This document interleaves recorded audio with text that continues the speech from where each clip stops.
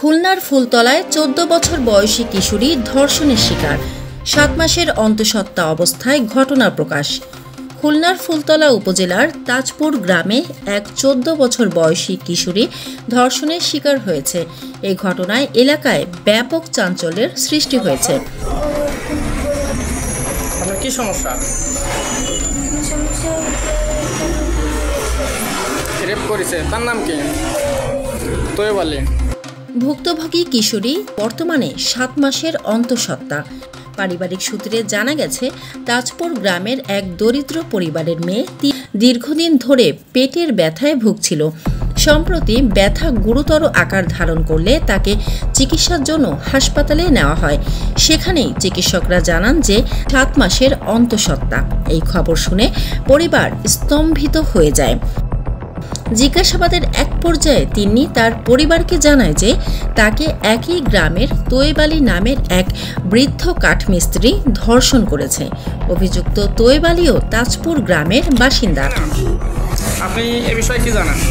আমি এই বিষয়ে কতদিন জানতে যে মায়ের ব্যথা করে বলে তারপর এবার ডাক্তারে করার পরে ৭ মাসের গর্ভ।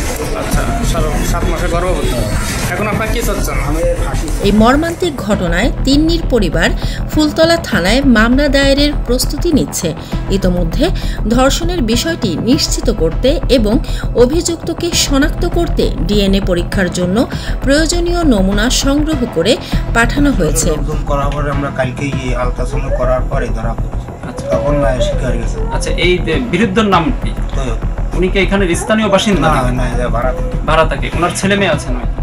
আমার নাম মোহাম্মদ সাদ্দাম শেখ, পিতার নাম মোহাম্মদ তৈব শেখ। আমি সোয়ামিলি কাজ করি। তা আমি যখন শুনেছি যে আমার বাপ এরকম একটা কাজ করছে, তখন আমি ফেসবুকে ভিডিও দেখছি যে এরকম নিয়ে গেছে পুলিশে ধরে।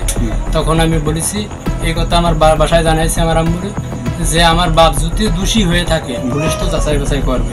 পুলিশ তো একেবারে অবুঝ না, তারা যাচাই বাছাই করে যদি আমার বাপ দোষী হয়ে থাকে, আমার বাপের যে সাজা হওয়া উচিত, যে আইন অনুযায়ী, আইনের বাইরে কেউ না, আইন অনুযায়ী তার যা বিচার হওয়া উচিত। এই ঘটনা স্থানীয়দের মাঝে তীব্র ক্ষোভ ও নিন্দার জন্ম দিয়েছে।